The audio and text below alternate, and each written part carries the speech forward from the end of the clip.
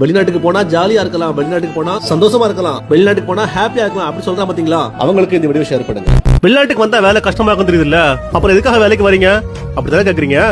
Pass, நாங்க ஏன் ஊர்ல எங்க அம்மா அப்பா குழந்தை குட்டி எல்லாம் விட்டுட்டு இங்க வந்து கஷ்டப்பட்டோம் தெரியுமா? எல்லாம் வறுமை, பண கஷ்டம். எங்க குடும்ப கஷ்டத்துக்காக எங்களோட இளமைக்கும் ஆசைக்கும் ஒரு பூட்டு போட்டு விட்டு நாங்க இங்க வந்து கஷ்டப்படுறோம். நாங்கெல்லாம் இங்க நிம்மதியா தூங்கி பல மாதங்கள் ஆயிருக்கும். எங்க குழந்தைக்கு எங்களோட போட்டோவை காட்டி தான் அப்பான்னு சொல்ற கஷ்டம் எங்களோட போகட்டும். நீங்க எங்களுக்காக வருத்தப்பட வேண்டாம், அட்லீஸ்ட் எங்க கஷ்டத்தை புரிஞ்சுக்கோங்க, அது போதும். நான் சொல்றது உண்மைன்னா எஸ்ன்னு கமெண்ட் பண்ணிட்டு.